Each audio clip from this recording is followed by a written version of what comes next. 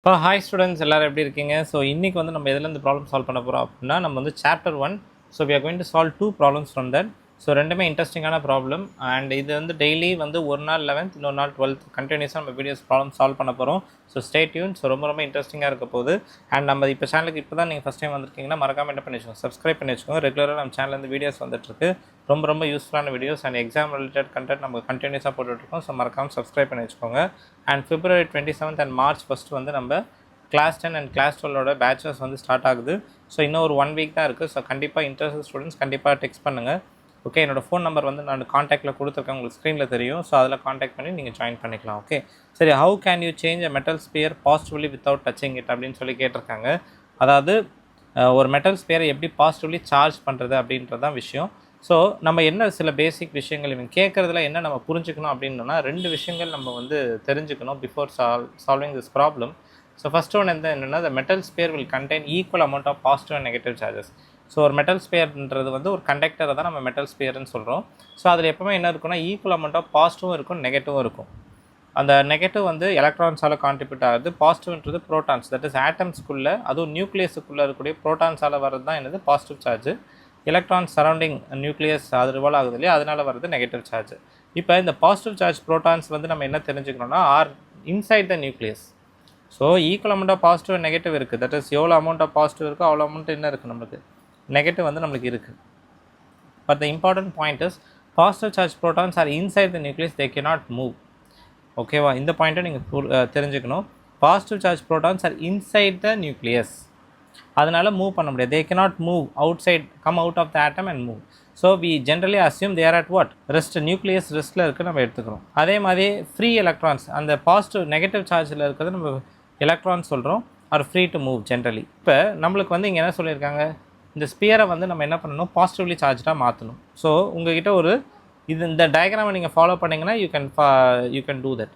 So first என்ன பண்ணணும், ஒரு மெட்டல் ஸ்பியரு, இதுதான் அந்த மெட்டல் ஸ்பியரு, அதில் ப்ளஸ் மைனஸ் 2 போட்டிருக்கேன். ஏன் அப்படி போட்டிருக்கோன்னா அதில் equal amount of positive and negative இருக்குது. நம்மளுக்கு அந்த மெட்டல் ஸ்பியரை நம்ம என்ன பண்ணி வச்சுருக்கோன்னா ஒரு இன்சுலேட்டிங் ஸ்டாண்டு மேலே வச்சுருக்கோம். இன்சுலேட்டிங் ஸ்டாண்டுன்றது எதுக்குன்னா சார்ஜஸ் வந்து கிரவுண்டுக்கு போயிடக்கூடாது. ஸோ அதனால் அதில் வந்து ப்ரொடெக்ட் பண்ணுறதுக்கு மெட்டல் ஸ்பியரை ஒரு இன்சுலேட்டிங் ஸ்டாண்டு மேலே நம்ம வச்சுருக்கோம். இதுதான் அந்த ஸ்டாண்டு மேலே வச்சுருக்கோம். இப்போ இந்த நெகட்டிவ்லி சார்ஜ் ராடை வந்து நம்ம மெட்டல் ஸ்பியருக்கு பக்கத்தில் கொண்டு வந்திருக்கோம். இந்த நெகட்டிவ் சார்ஜ் மெட்டல் ராடை நம்ம பக்கத்தில் கொண்டு வரும்போது என்ன ஆகும்னா பாசிட்டிவ் எல்லாம் இங்கே அட்ராக்ட் ஆகிருக்கு.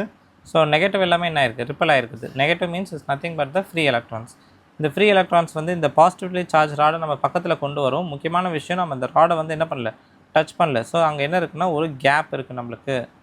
ஓகே, அந்த கேப்னால இங்கே என்ன நடக்க போகுது, நம்ம வந்து டச் பண்ணல, அது முக்கியமான பாயிண்ட்டு. ஸோ நெகட்டிவ்லி சார்ஜ் ராடை நம்ம என்ன பண்ணுறோம், ஸ்பியருக்கு பக்கத்தில் கொண்டு வந்திருக்கோம். There is a gap. So electrons வந்து இந்த நெகட்டிவ் சார்ஜ் ராடால் பாசிட்டிவ் எல்லாம் ஒரு சைடும், எலக்ட்ரான்ஸ் எல்லாமே ரிப்பல் ஆனதுனால அந்த சைடில் போய் இருக்குது நம்மளுக்கு. ஓகே, இப்போ நம்ம அடுத்து 3ஆவதாக பண்ண போகிறது என்னென்னா, இது A, this is B and this going to be the C. Okay, so இப்போ வந்து இந்த ரிப்பல் ஆகி இருக்குது ஆல்ரெடி. இந்த எலக்ட்ரான்ஸ் எல்லாமே ரிப்பல் ஆகி கொஞ்சம் தள்ளி இருக்குது. பாசிட்டிவ் எல்லாமே இந்த எலக்ட்ரான்ஸுக்கு, இந்த நெகட்டிவ்லி சார்ஜ் ராடுக்கு க்ளோஸராக இருக்குது. Yes or no? இப்போ இதை நீங்கள் போய் மெட்டல் ஸ்பியரோட அந்த கிரவுண்டோட அட்டாச் பண்ண போகிறீங்க. கிரவுண்ட் என்ன பண்ணும் அப்படின்னா, இதில் ஆல்ரெடி ரிப்பல் ஆகி எனக்கு வேண்டாம் அப்படின்னு சொல்லி ரிப்பல் ஆகி போயிட்டு இருக்கக்கூடிய, தள்ளி இருக்கக்கூடிய ரிப்பல் ஆகிருக்கக்கூடிய எலக்ட்ரான்ஸை என்ன பண்ணிடும், கிரவுண்ட் வந்து கேப்சர் பண்ணிடும். ஏன்னா அதுதான் வேண்டாம் இல்லை, ground is ready to accept free electrons. Okay, இது எப்போவுமே ஞாபகம் வச்சுக்கோங்க. கிரவுண்டுன்றது என்னென்னா நம்மளோட பூமியை தான் கனெக்ட் பண்ணுறது தான் கிரவுண்டு. கிரவுண்டுன்றது இன்னொரு பேர் வந்து என்னது, எர்த்திங் அப்படின்னு சொல்லுவாங்க. ஸோ கிரவுண்டால் என்ன பண்ண முடியும்னா சப்ளை பண்ணவும் முடியும், supply and accept electrons. Okay, so ரெண்டுமே பண்ண முடியும் இந்த இதுவால், கிரவுண்டால். நம்ம பூமியால் எலக்ட்ரான்ஸையும் அக்செப்ட் பண்ணிக்க முடியும், சப்ளையும் பண்ண முடியும். இது ஒரு முக்கியமான ஃபேக்ட் அபவுட் கிரவுண்டிங்கு. ஓகே, ஸோ இப்போ இந்த ரிப்பல் ஆகி வரக்கூடிய எலக்ட்ரான்ஸை என்ன பண்ணிடுது, கிரவுண்டுக்கு புஷ் பண்ணி விட்டுருது. ஸோ எலக்ட்ரான்ஸ் எல்லாமே எங்கே போயிருக்கு, கிரவுண்டு பார்த்து போயிடுச்சு. அப்போது அடுத்து நான் ஸ்டெப்பில் என்ன பண்ண போகிறேன், Dயில் கிரவுண்டை ரிமூவ் பண்ணிடுறேன். கிரவுண்டை ரிமூவ் பண்ணிட்டேன் அப்படின்னா இந்த பாசிட்டிவ்லாம் ஆல்ரெடி அட்ராக்டடாக இருக்குல்ல. So what's going to happen, கிரவுண்டிங்கை எடுத்துட்டோம், நோ கிரவுண்டிங்னு போட்டிருக்கேன், கிரவுண்டை எடுத்துட்டேன். இப்போ இந்த ராடையும் நான் எடுத்துட்டேன் அப்படின்னா ராட் இஸ் ஆல்சோ ரிமூவ். இந்த ராடையும் ரிமூவ் பண்ண போகிறேன்.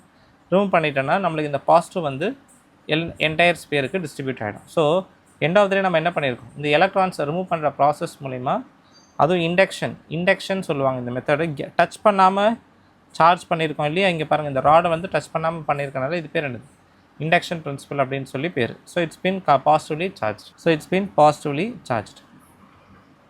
இப்போ அடுத்த ப்ராப்ளம் நம்ம பார்த்துடலாம். இதுவும் ஒரு ஸ்டாண்டர்டான ப்ராப்ளம், இன்ட்ரெஸ்டிங்கான problem. If 10⁹ electrons move out of a body to another body every second. அதாவது ஒரு பாடியில் இருக்கக்கூடிய எலக்ட்ரான்ஸ் வந்து இன்னொரு பாடிக்கு ட்ரான்ஸ்ஃபர் ஆகிட்டுருக்கான். அப்படி ட்ரான்ஸ்ஃபர் ஆகும்போது நம்மளுக்கு எவ்வளோ ஆகுது, 10⁹ electrons transferred in every second. அப்படின்னா என்ன அர்த்தம்னா ஒரு செகண்டுக்கு எவ்வளோ எலக்ட்ரான்ஸ் ட்ரான்ஸ்ஃபர் ஆகுதான், 10⁹ எலக்ட்ரான்ஸ் ட்ரான்ஸ்ஃபர் ஆகுது. இதுதான் கொஸ்டினில் கொடுத்துருக்குது. How much time is required to get a total charge of 1 coulomb on the other body? So இப்போ இங்கேருந்து எலக்ட்ரான்ஸ் எல்லாம் போகுது அப்படின்னா என்ன ஆகும் நீங்கள் சொல்லுங்கள். இப்போ ஃபார் எக்ஸாம்பிள் ஒரு பாடி இருக்குது, it is been transfer to another பாடின்னு சொல்லலாம். எலக்ட்ரான்ஸ் வந்து இன்னொரு பாடிக்கு போகிறனால இன்னொரு பாடி என்ன ஆகிடும், it tries to be going to be negative. இந்த பாடி என்ன ஆகிடும், பாசிட்டிவ் ஆகிடும். இப்போ கரெக்டாக இல்லையா, எலக்ட்ரான்ஸ் ஒரு பாடியிலேருந்து இன்னொரு பாடிக்கு போகுது, எந்த பாடிக்கு போகுதோ அந்த பாடி தான் என்னவாக இருக்கும், ஏன்னா எலக்ட்ரான்ஸ் நெகட்டிவ் சார்ஜில். ஸோ ரெண்டாவது பாடி, இது பாடி 2க்கு தானே போகுது, 1லேருந்து 2க்கு போகிறனால 2 தான் என்ன ஆகும், negatively charge. Electrons is going to get transfer. Is that clear? சரி, இப்போ இது ஒரு பாயிண்ட் நம்மளுக்கு கிளியர்.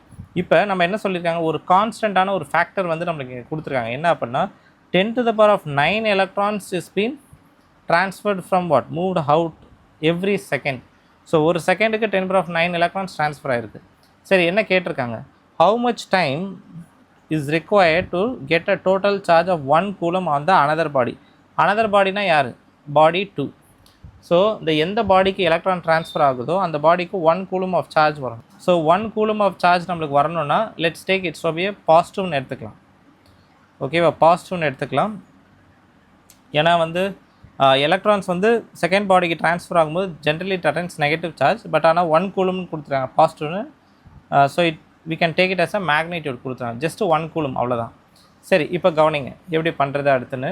ஸோ இங்கே வந்து முக்கியமான ஒரு ஸ்டாண்டர்டான ஒரு டெக்னிக் இருக்குது. ஒரு பாடியிலேருந்து இவ்வளோ சார்ஜ் கான்ஸ்டண்ட்டாக போயிட்டுருக்கு, அப்போ எவ்வளோ சார்ஜ் அதர் பாடி கெயின் பண்ண போகுது அப்படின்றதுக்கு ஒரு ஸ்டாண்டர்டான ஃபார்முலா இருக்குது.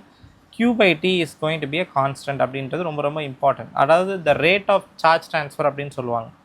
என்னது, ரேட் ஆஃப் சார்ஜ் ட்ரான்ஸ்ஃபர். ஓகேவா. ஸோ T டைமில் எவ்வளோ அமௌண்ட் ஆஃப் சார்ஜ் ட்ரான்ஸ்ஃபர் ஆகிருக்கு, Q amount of charge transfer ஆகிருக்கு. ஸோ T டைமில் Q அமௌண்ட் ஆஃப் சார்ஜ் வந்து நம்மளுக்கு ட்ரான்ஸ்ஃபர் ஆகிருக்கு. அந்த Q/T ரேஷியோ நம்ம வந்து கான்ஸ்டண்ட்டாக நீங்கள் அசியூம் பண்ணிக்கிறோம். This is assumption I am making year. ஓகேவா. இப்போ நம்மளுக்கு வந்து நம்ம இதை எப்படி எடுத்துக்கலாம்னா T1 டைமில் Q1 சார்ஜ் ட்ரான்ஸ்ஃபர் ஆகிருக்கு. இப்போ T2 டைமில் எவ்வளோ சார்ஜ் ட்ரான்ஸ்ஃபர் ஆகிருக்கும் அப்படின்ற மாதிரி இந்த ஃபார்முலாவை நீங்கள் புரிஞ்சுக்கணும். Q/T is going to be constant. So I can write Q1/T1 is equal to Q2/T2. So இப்போ கொஸ்டினில் நம்மளுக்கு ஆல்ரெடி என்ன கொடுத்துருந்தாங்க, T1 டைமில் எவ்வளோ சார்ஜ் ட்ரான்ஸ்ஃபர் ஆச்சு. T1 டைமில் 10⁹ எலக்ட்ரான்ஸ் ட்ரான்ஸ்ஃபர் ஆகிடுச்சு. கரெக்டாக, 10⁹ electrons. This going to be the Q1.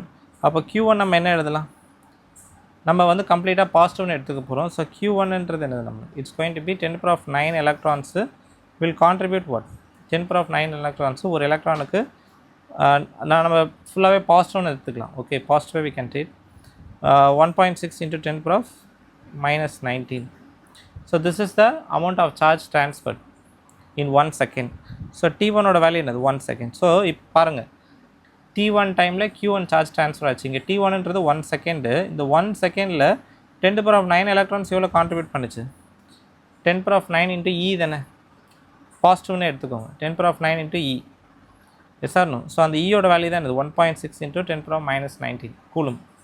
இப்போ சார் கிளியர். ஸோ T1 தெரியும், இப்போ Q1 தெரியும். இப்போ அடுத்து என்ன கேட்டிருந்தாங்க, அந்த பாடி எவ்வளோ சார்ஜ் அட்டைன் பண்ணணுமா, 1 கூலும்.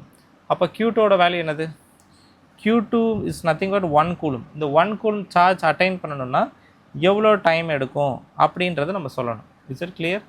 ஸோ T2 டைமில் Q2 charge transfer நடந்திருக்கணும். So Q2 எவ்வளோ இருக்குது, 1 கூலும் அட்டைன் பண்ணியிருக்கணும் அந்த பாடி. அப்போ தானே ட்ரான்ஸ்ஃபருக்கு அர்த்தம் வருது. ஸோ T2 டைமில் Q2 சார்ஜ் நம்மளுக்கு கெயின் பண்ணணும்னா, so Q2 is nothing but what, 1 coulomb. And T2 is what, time taken for it. So cross multiply பண்ணுங்கள், T2 கிராஸ் மல்டிப்ளை பண்ணுங்கள், இந்த டேர்ம்ஸை கீழே கொண்டு வாங்க. 10⁹